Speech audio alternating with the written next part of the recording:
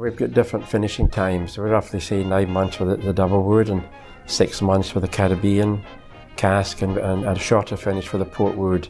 So it's all about maintaining the kind of quality style of Balvenie without overpowering the whiskey. So it's getting just that right time.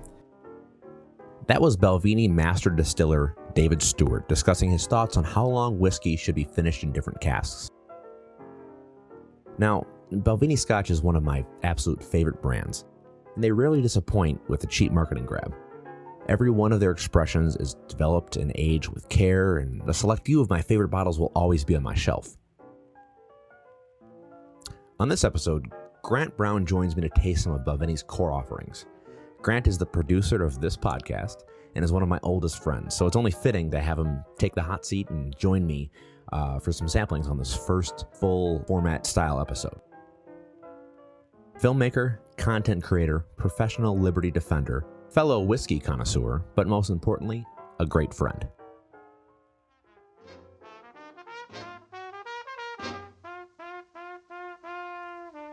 Nothing could be finer than to be in Carolina in the morning,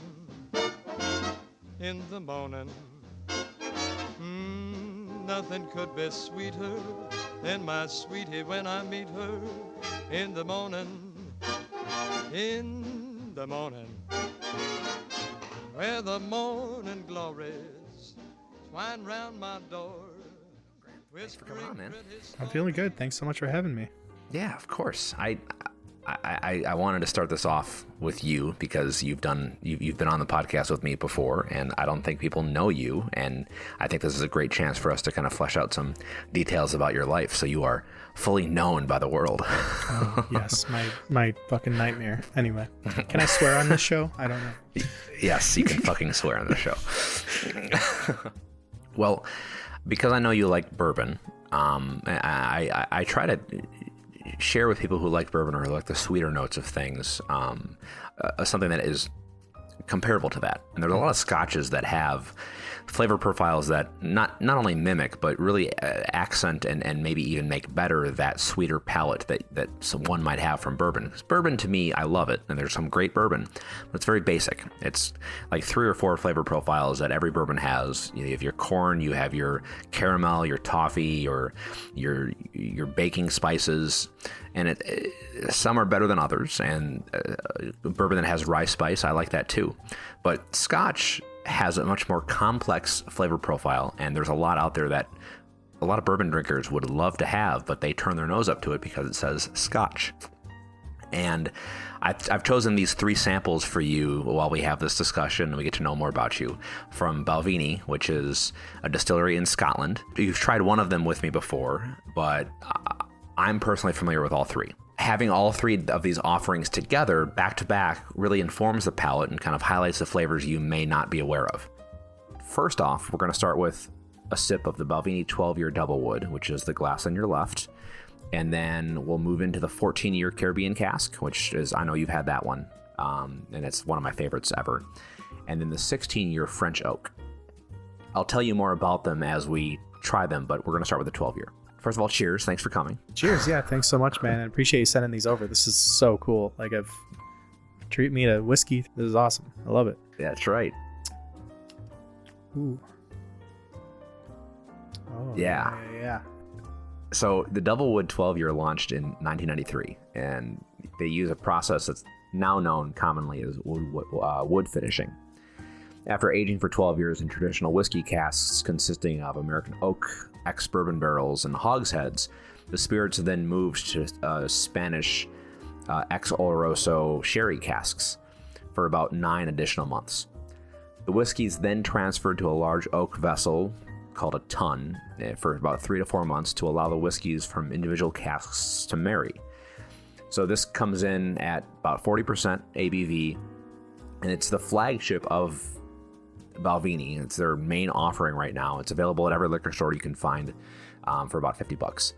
And to me, this is a very, very good basic Scotch. The double oaked feature gives us a lot of mellow, toasted barrel flavor, but has a lot of sweet fruit notes from the sherry cask, which sherry is basically a wine.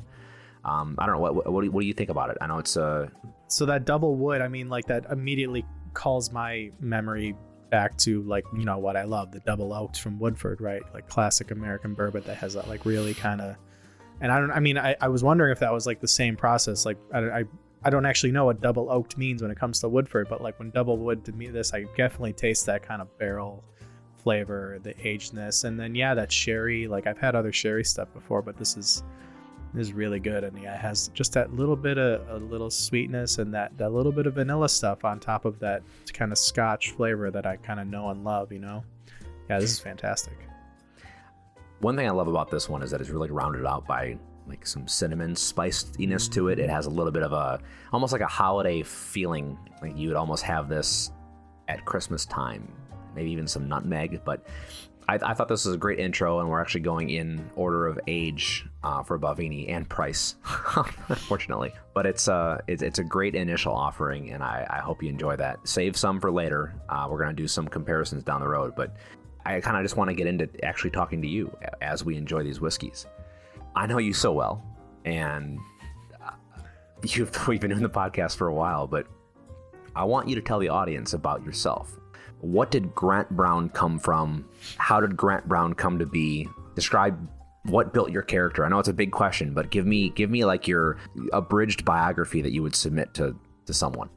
All right. Well, I am Grant Brown is of Laura Brown and Tracy Brown. Grew up in West Dallas, Wisconsin. You know it. You lived there your early life as well. Just a suburb outside of Milwaukee. Pretty lower middle class life. Went to school at the West Dallas system, and I'm the youngest of three brothers. So I guess it's kind of that like youngest brother, like you get the perks of getting away with a lot because the older brothers have kind of done all the shit that your parents get mad at. And you get, I'm decently spoiled. I mean, I'm not gonna lie. Like I've never had to struggle really hard when it comes to like my upbringing, and I wasn't abused or anything like that. Like, my dad's an engineer, so I clearly has that like, left brain part of myself, the kind of logical, suss everything out, be skeptical of things, really think.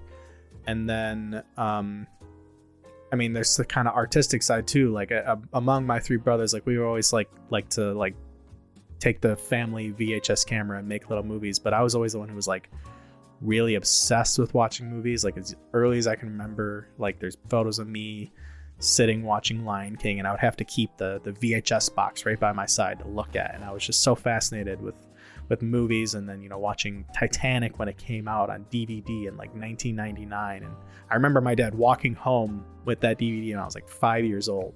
Like, what is this movie? And it just blowing me away, and having to close my eyes when Kate Winslet gets naked and all that fun stuff. And yeah, it was just an upbringing of like our family always, it was the Saturday night, we'd sit down, we watch our favorite action movie Laserdisc, whether it's the original Terminator from James Cameron or Total Recall from Paul Verhoeven, or even the original Dune from David Lynch. Like these are all movies we owned on Laserdisc and watched on a weekly basis. Or obviously we grew up with Star Wars, the OG Star Wars my dad loved, or Close Encounters, like some of his favorite movies. They had to become our favorite movies, and we loved them, right? And it was just something that I kind of really stuck with, was wanting to tell stories. Originally in school, I guess I had what I guess was highlighted by my parents and my teachers was like I always enjoyed writing, right? So I would like to write stories, and we had at Irving Elementary, you didn't go there, but I did. We had like the Washington Irving publication where every grade could submit like what they wrote, and it would get published in this like yearly book basically. And I think like every year, like kindergarten through sixth grade, I got a story in. So it was like, oh, you're a great writer, grandson, you like to tell stories. And I'm like, okay, well, I guess that's my destiny. I really like telling stories. And then quickly that became, well, I love movies, I like telling stories. What's the combination of the two? Well, I want to be a filmmaker, a director. And you start to explore the interesting parts of film. Like, I was a big Kubrick fan when I was in sixth grade, and I would put pictures of Kubrick in my like about myself book that I made for my sixth grade class. And it's like, who's this insane hairy man? You paste it into your book. I'm like, that's Stanley Kubrick. how do you not know who Stanley Kubrick is? Like, and I was that weird kid, right? Who just, I mean, I have one language and it continues to this day. Like I can talk endlessly about movies, but you know, when it comes talking about, I don't know, like sports, I just kind of like glaze over, and I'm just very one track minded when it comes to that. So it's a miracle I made any friends whatsoever. And, but I found those niche people, and I was never like the cool kid. I was always just like, I don't know. I always thought of myself as the weird artsy outcast kid who was, you know, I was always chubby and unsure of himself, and I don't know. Honestly, I still feel like I'm trying to find my confidence when it comes to a lot of stuff. So yeah, I guess that's where I'm at now. Well, much like your dedication to movie making, you're gonna love this transition. Balvenie dedicates itself. The reason you're hosting this. I think it is time, because we have been talking, and I think I'm thirsty. I know you want to try the next Scotch. Mm-hmm. Balvenie, this next one is one of my favorites. Famous 14-year Caribbean cask. Mm-hmm. You know, you're going to notice this is much sweeter. It's finished in rum casks, and like I said, it's one of my all-time favorites. But it's first matured for 14 years in just traditional American oak casks. Usually Scotch uses ex-bourbon fill, and then they, of course, finish it in an undisclosed amount of time in Caribbean rum. And actually, Balvenie painstakingly chooses their own blends of select West Indian rums to provide the perfect finish. So that comes in at about 43% ABV. You can find this at most liquor stores for about $80 to $90, depending. This one actually has risen up in price quite a bit because of its popularity. But I'm curious to know your thoughts and how it compares to the 12-year that you just had just a bit ago. All right. Cheers, brother. Let's try it. Cheers, man.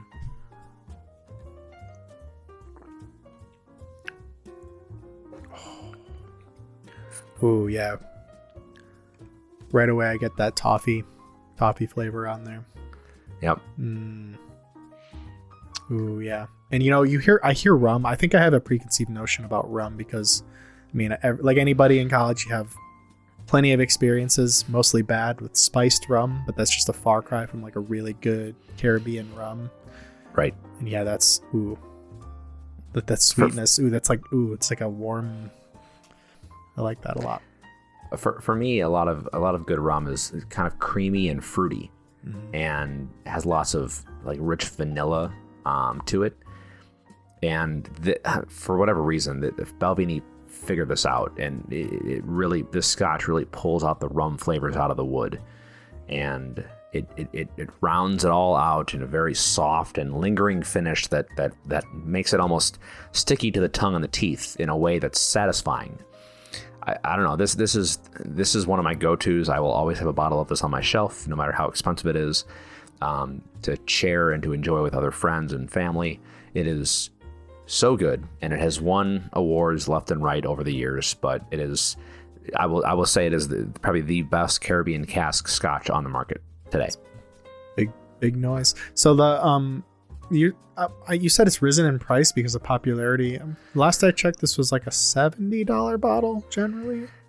Yeah, so depending on where you are in the country, I was just in Milwaukee a little bit ago and saw you, of course, but at Discount Liquor by you, one of the big liquor distributors in that area, it's going for about $75. Out by me in the DC area, where there's more little liquor control going on with the state taxes and stuff, it's going for about 85-ish. And then if you go into smaller liquor markets, like a corner liquor store in a bumfuck nowhere town, where there isn't that much of a market, it's going to go close to $90 to $95. Wow. Here on when I'm on a military base, if you go to the PX, or it's all duty free for service members who are on post, it's about 75-ish MSRP. So it does range quite a bit. It's just the whiskey game in the market now. Got it. Yeah, no, that's really good. I gotta get a bottle of that. Yeah. I mean, I ever since I tried it at your place, I was like, I remember that being like number. It was like the number 2 behind. I think I tried I fell in love at your place at that first time with the Oban Distillers Edition, which I don't think you can get anymore. No. Yeah, but this was like the number 2. I remember really loving this one. And yeah, it has that sweet fruity. Like, again, that's something I don't necessarily associate with whiskey. It's like that kind of fruity note, but like it just works so well. I don't know. I love it. I can't speak highly enough about this Scotch. Yeah. So very good. I'm going to hit you with some deeper questions now, because we're a couple sips in of whiskey, and I think we've drank enough liquid confidence to really get to know Grant Brown. All right. I'm ready. So when was the last time that you felt proud, whether it be about yourself or someone else or a loved one? I'm getting a lot of fulfillment from my job in the last year, especially the last few months. As you know, you worked there. It was at Pacific Legal, but it's the team I get to work with. They're also filmmakers. They've been making Liberty focused like videos for YouTube forever. That was kind of their beat, and they're probably the strongest video producers in the Liberty space, as I've come to realize. And but they're also just like incredibly ambitious about what they want to put together and work on, and I've kind of been folded in this. I don't know, I feel lucky every day that I get to work with them, but honestly, recently I've been working on projects. I don't know, like I just have these moments like I've I guess proven my worth up to this point, because in the first year you get like maybe a handful of projects to work on. But now I guess I rock those so well that, like, not to like be too self-congratulatory, I guess, like it's just, did a good enough job on them that they were like, all right, well now we're gonna like quadruple your workload. And it gets to that point where I had it back out of college, where I started an LLC where I produced like short films, and we wanted to produce like one short film every month. And so you're managing multiple productions at once with like similar crews, and there's a lot of crossover, and you're managing budgets and schedules and all this stuff. But now it's just that times like 10 working at this job. We're managing like projects that range from like things that I've never done before, where I'm in like a film guy. I can edit, I can shoot, and I can manage a crew. But now I'm doing like visual design stuff for advertisements that are getting put in like national publications. I'm managing like multiple animated and live action short films that we're producing for our 50th anniversary, basically. And I'm like concepting entire advertising campaigns that it's still storytelling in a sense, but you're telling the story of your clients and an organization and its history. And it's like, and like being able to put those together and then having it seen, and then getting like you're getting from a team member who's like, you're fucking rocking it. Like that's like, it is genuinely music to my ears, where I can just like, okay, I'm getting like a recognition from someone who I greatly respect. And I feel proud at the end of the day, when I was able to like finish this project among all other things. And also I get to like do it working from home, and I get to leave my office, and I get to go see the woman that I'm going to marry later this year, and get to plan our wedding together. And it energizes me. Like I feel like I'm getting in that prime of my life moment where I'm like not broke anymore, trying to put together a feature film. I'm getting to do what I love, get to work with people who I greatly respect, and get to cohabitate with a person I love. And I don't know, it's just, it all kind of blends together in this, like, I don't want to call it a pride soup, but like I have just those beats where I'm just like, ooh yeah, I feel proud about the person I'm becoming, Good. You should be, because I mean, we've known each other for a while, and we've got to watch each other grow up and get jobs and be big boys. And yeah, right. What do you say about trying the next sample? I would love to. So this next one is the 16-year-old French oak. I'm going to tell you a little bit more about the distillery, though, because Balvenie actually isn't as old as many people think. So in 1892, William Grant, who obviously has a great name. Oh, yes. He opened Balvenie in the city of Dufftown, which is part of the Speyside region of Scotland. But their first single malt, which they're known for and what made them famous, didn't actually come out until 1971. And it soon saw David C. Stewart become the malt master, and he still is there today. He's the one, kind of the brains behind all their different blends and selections and the cask selections, and he's the one who helps suss out the correct rum barrels for the Caribbean cask. But this last offering we're going to try is actually from a newer iteration that just recently came out within the past couple years. It ages 16 years in finishes in French oak casks that previously held Pinot de Charente. I think I'm saying that right. It's French. Pinot de Charente. It's a fortified wine, and it's made from unfermented grape juice. It comes in at about 47.6% ABV, and bottles a little bit harder to find, but when you do find it, it goes for about $150 to $200. It's more of a limited special run. Obviously, it takes 16 years to age, so it's not as readily available. So, cheers, man. Have a sip. Cheers. Thank you so much. This seems very special. Whoa. Oh my gosh. It's very different than the Caribbean. Yeah.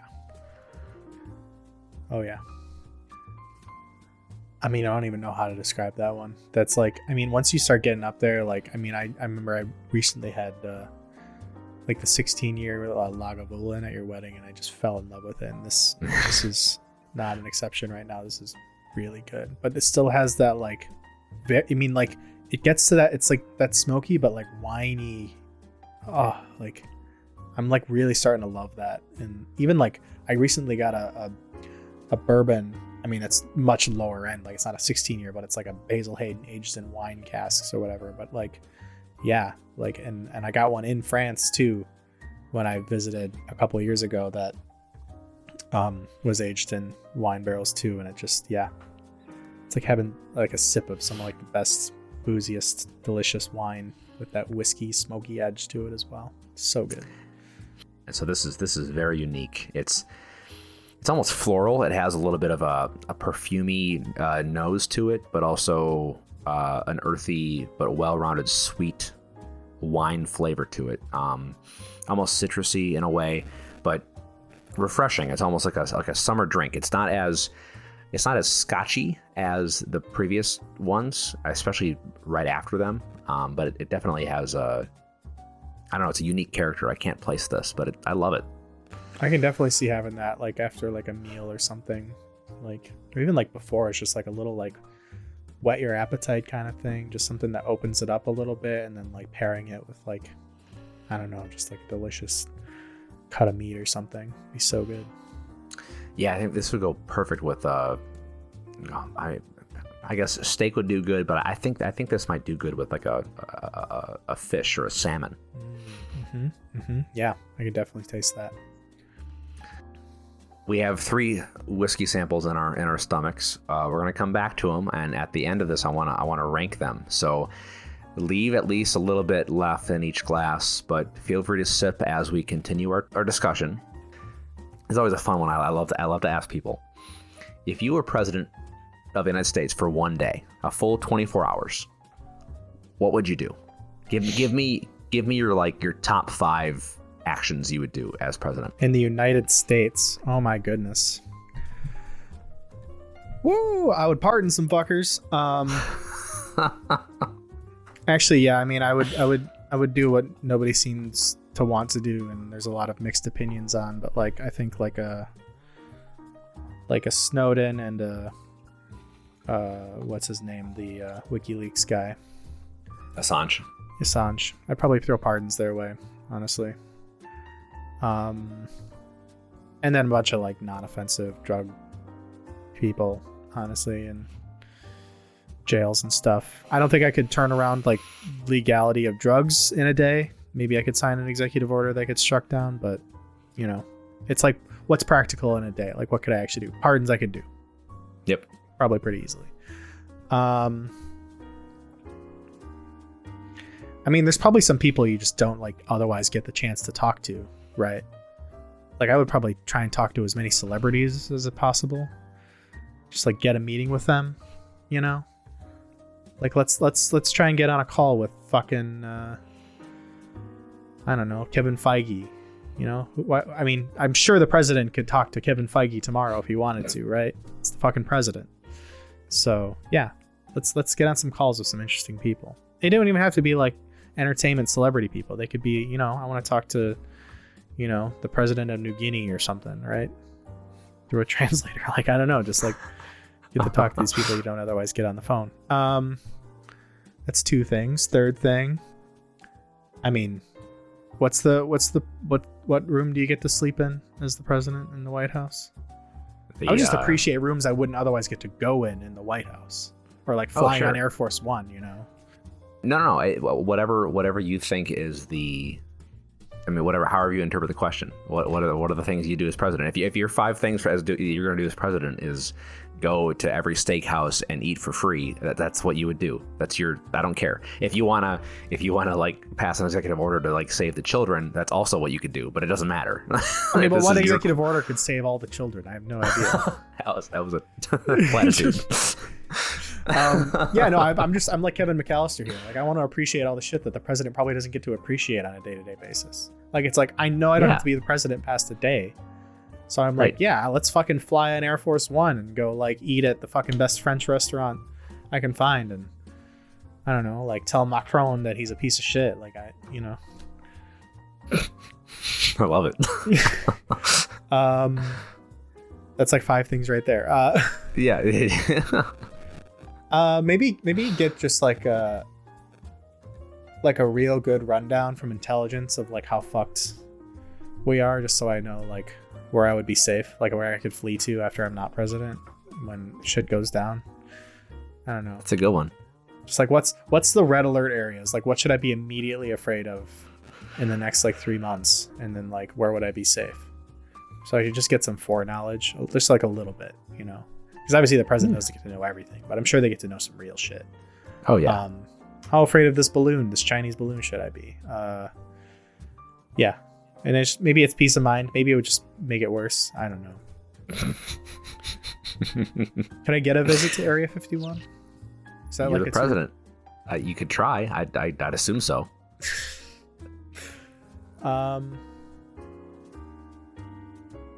That's good. I was trying to think of something with like military people, but I can't think of anything off the top of my head. Yeah, I guess that's good. All right, last question. If heaven exists, what would you like to hear God say when you arrive at the pearly gates? Going full James Lipton on me, bud. Yes. Oh, just one more bit of affirmation. You did a good job. I love it. Yeah. Let's go back through and let's sit these on our own. Finish them off, and I want to hear your ranking. I want to know what you think. What's top dog? What's your least favorite? And give me your whys. What about your favorite did you like? What about your least favorite did you not like? What one are you gonna go to the store and buy? I mean, going on my gut, number one, I don't want to, this might be obvious already, but the Caribbean Cask 14-year middle road guy is like. I mean, it is one of the best scotches I think I've ever tasted. And I mean, putting them side by side, like what does it have over the other two? Like, it's unique. It has like a very uniquely Scotch flavor, but also it's like it stands on its own among like other scotches, I would say, and even just these ones here. Like, I think there's a reason that this one is clearly like rising in popularity, and it's getting pretty big. And like, it's like. Trade-off for like affordable, like it's not an affordable bottle, like it's expensive, but it's not like French oak, the $150, $200 bottle. It's like accessible enough and like really good, and anybody could have this on their shelf and make it last a long time, and like like you did, give it to guests and probably impress them as well. And I think most people who don't like Scotch could still really enjoy this one. So nice. Yeah. Well, I mean, I think everyone knows my favorite. I agree with you 100%. Although I think the French oak is phenomenal, but different level. See, I'm gonna put my French oak at number 2 mainly because I can taste. I mean, it's like I don't want to be snobbish about it, but I can taste the price and the quality behind it, and it is different. But it's like that 16-year. It's like it is really good. It's really smooth. It's rich. It's tasty, and I mean, I would be hard pressed if I put the $200 bottle in third place. I'm sorry, Doublewood. Doublewood's great. I'm not shitting on it, but like I've had it. It's solid, but like if I had to go to like a double oaked whiskey, I would still probably prefer Woodford. but it is still very good for what it is. Yeah, I think I agree. I think we have the same list: the Caribbean, the French Oak, and then the Double Wood. And that's not to say that, I mean, the ranking doesn't really matter. All three are phenomenal, and all three would be greatly enjoyed no matter where we are. But the one fun part about this is that we get to inform our palate more by having these same branded whiskeys next to each other that have very different flavor profiles. And it kind of opens your mouth and your mind and your nose up to more of what could be there than what you know Balvenie Caribbean Cask. Go to the bar, you order it, you know what to expect. But you've never had it next to other offerings, and something else has been brought out from there that I think you and I both appreciate more.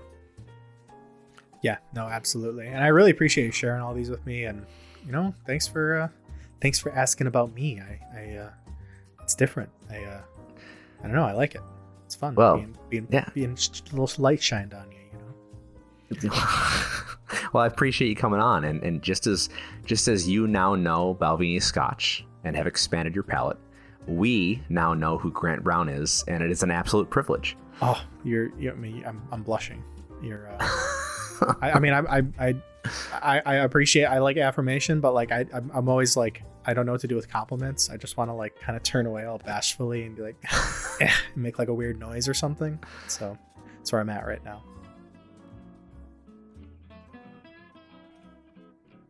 Well, that wraps up episode 3. For the sake of complete transparency, this was recorded long ago as a proof of concept for what this new iteration of the podcast could be. So yes, parts of this were a bit stilted, and we edited lots of ums and ahs out as we traversed a new format, but Grant and I loved the way this felt, and I wasn't going to let a short bio episode of our producer go to waste. So sorry, Grant, but I wanted it to go out there and be one of our first episodes. But episode 4, releasing July 22nd, features a great friend of mine, Brad Lake, who joins me in tasting several different peated whiskeys. Grant and I both feel this will be the podcast's tone-setting episode and showcase what our intent with this project truly is. As always, please give us a follow on social media, share this episode with your friends, and shoot us a message if you want to enjoy free samples of whiskey and come on the pod. Cheers!